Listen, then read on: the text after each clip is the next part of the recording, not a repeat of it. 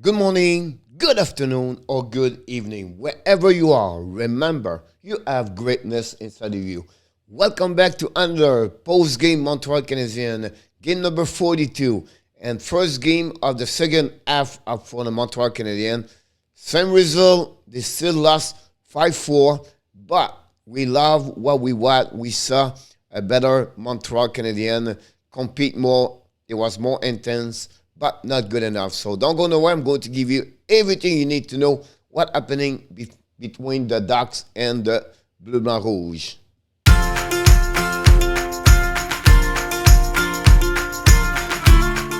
Of course, before we start, we invite you, don't forget to subscribe. Don't forget to click on the likes if you enjoyed this video. If finally, tell me what you think about the performance of Montreal Canadiens overall against the Anaheim Ducks. So let's dive in about what's happening. You know what's going on here. Here we go. This is the score sheet of the game. I'm going to give you what happening during this game.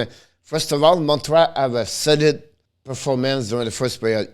Code is 3-0. I'm going to tell you what's happening over there. Overall, as a team, they play good. They start the game very hard on the Anaheim Ducks. They shot, at some point, it was like 7 shots versus 1 Montreal. They cannot put the puck behind Stolarz. Whatsoever, Stolarz was a little bit shaky, not controlling the rebound. The puck was left and right, but Montreal could not put that puck in the net. And after about 30-40 seconds, Montreal have 3 chances, back to back. Sudden make a big save. The puck turned around. Robinson pick up the puck, pass to Steele, and then Carey's coming, join the rush, and he scored at 8:14. And score is 9 of the year. Great year for the Sam Carrick. Gave the lead for the Anaheim Ducks 1-0. For some reason, I feel right away the players Montreal fall apart. Or they say, here we go. They look like they was upset, frustrated, disappointed, like they tried hard. But the outcome is never on their favor. And Primo, that's the reason why happening the first period, guys. Primo was not there. He gave a lot of back goal, and that's the reason why Montreal losing 3-0 after the first period. But I stick the Laurent Dauphin for 4 minutes on the, again, the captain, Rand Kesslav, opened the door more for the Anaheim Ducks because during that 4 minutes, they scored 2 goals back-to-back. And let's starting with Cam Fowler. Score is 6 of the year. A great slap shot for the blue line. Top shell. Primo looked like he was screened. Terry got his first point of the 3 during this game. Shattenkirk, the veteran, got his 18th assist of the year. 2-0 at that moment, 15-12. And then 1 minute, 54 seconds later, during the same power play, Troy Terry. What a story about Terry. Score is 24 of the year. Great shot from him, Fowler and Shattenkirk. Second assist for Shattenkirk gave the Anaheim Ducks 3-0. On the flip side, guys, the Montreal have 16 shots versus 9. But again, they lose 3-0 and piss off everybody because Primo cannot handle. And he did not restart the second period. This is the 3rd time in the last 4 games he got removed during the game. They cannot keep him. They have to figure out something with Primo. I don't want to be negative here, but something wrong there. But during that period, Montreal have 0 power play, and Anaheim have 2-2. That's the big difference at that moment. During the beginning of the second period, Jake Evans, finalist for his first goal, his second point, the last 20 game almost, scored his 5th of the season. Great pass of PITLICK and Anderson. A great goal, by the way. Jake Evans is determination to make this happen and cut the lead from 3-2.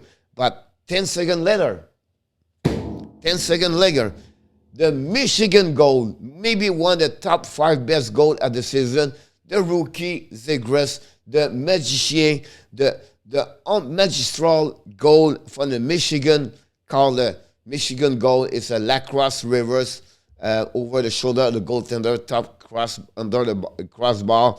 Score is 11 of the year. Silverberg and Benoit got an assist on the one. That was unbelievable from the rookie. And again, Montreal, after 10 seconds, drop back at 3 goals. And that's the problem for Montreal. But at 9:44, Lehkonen increased his value for the trade bait. Maybe he scored his 6th of the year on the power play. Hoffman Toffoli got an assist on that one.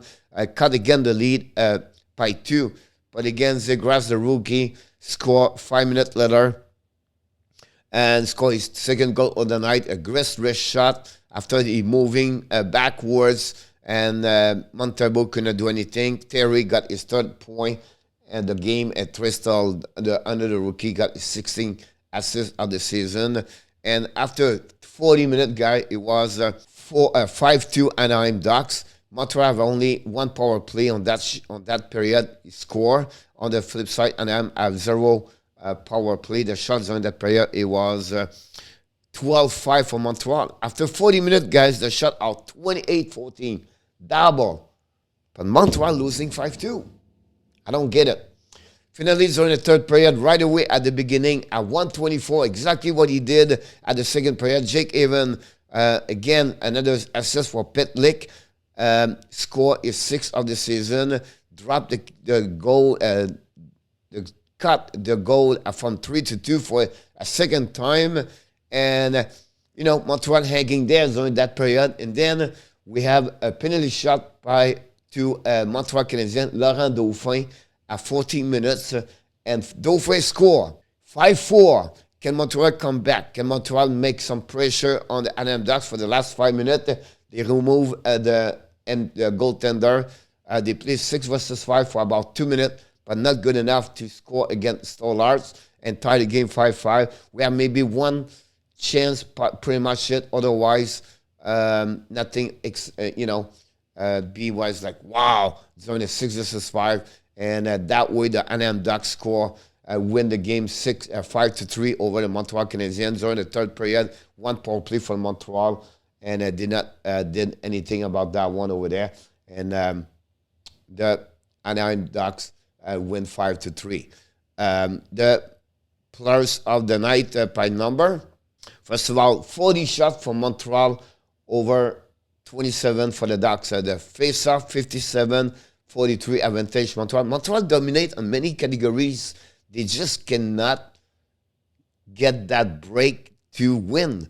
The only play they struggle, and that's the difference. The power play of Anaheim Ducks, 2-4 versus 1-2 for the Montreal Canadiens. They hit 21-14 advantage Montreal, 11-9 the shot for Montreal, 8-minute penalty Montreal, 4 for Anaheim, 17 giveaway puck, 14 for Montreal. A lot of giveaway puck, honestly, for both teams. Terry, 3 points yesterday, 1 goal, 2 assists, continuous is amazing. Great season. ZEGRAS, 6 shots on the duo, Montembeault Primo. Fowler play over 22 minutes, almost 23 minutes. Finally, Stollards have a save percentage of .900. Stop 36 of the 40 shots he faced yesterday. For Montreal Canadiens, Evans, Jake Evans finally found a way to get more offensive on his game. 2 goals. We have Evans also shot 6 times on the Stollards. And Chariot played 23-37 TOI. And then Montembeault, guys, save percentage of 333. I don't want to lose my voice on Primo. I said Montembeault, it was Primo, unfortunately. The 3-star of the game are the 3rd star, Jake Evans with 2 goals. Troy Terry, 3 points yesterday with 2 goals and 1 goal, 2 assists. And the 1st star with 2 goals for Anaheim Ducks, the Michigan goal, Trevor ZEGRAS, the rookie. Unbelievable performance for him, for the Anaheim Ducks. They win 5-4 over the Montreal Canadiens. The Frenchy corner, Ab lost 5-4. This gave them another loss on the schedule. And also that's the first loss on the second half of the season. Primo struggle, like I mentioned earlier, he gave 3 goals and 9 shots. He got removed for the 3rd time. In the last 4 games, he started the game. The 2 other time was after the 2nd period. This time was only 1 period. They had to come back with Montembeault. They want to give them a break because he's tried to recover from a wrist injury. And they was gave him a game this weekend. But again, Primo, guys, unbelievable. It's time to do something with him. Great effort, but not good enough. I'll be honest with you, Montreal shot 40 times. And they have a lot of opportunities to, to score, but they cannot find a way. 28 shot after 40 minutes. I like the way they play. Of course, Anaheim Ducks play a back-to-back game. They can feel maybe fatigue. But again, I like the Montreal, the line, Evans, PITLICK, Anderson was the best one for the Montreal Canadiens. And but again, not good enough. They have to capitalize on those opportunities. And at the beginning of the game, like I said before, they got scored at 8 minutes. They have an opportunity at that moment, the first 6 minutes of the game, to maybe score 1 or 2 goals. That makes it fun at that moment. The shot was 7-1 at some point until they score Anaheim Ducks. And then you know already what's happening. Duchamp played 3 line yesterday. The 4 line, Pesada, Vedemo, and Paquette played 5 minutes. And 8 of the 9 other forward played over 16 minutes yesterday. So he really turned around that line, that 3 line for him. Romanov problem. I don't know. Yes, something there.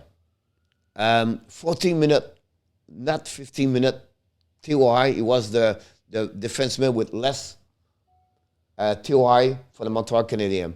The last 4 or 5 games, he does not play a lot of minutes. They put him back on the 3rd pairing defenseman. They have some red flag over there.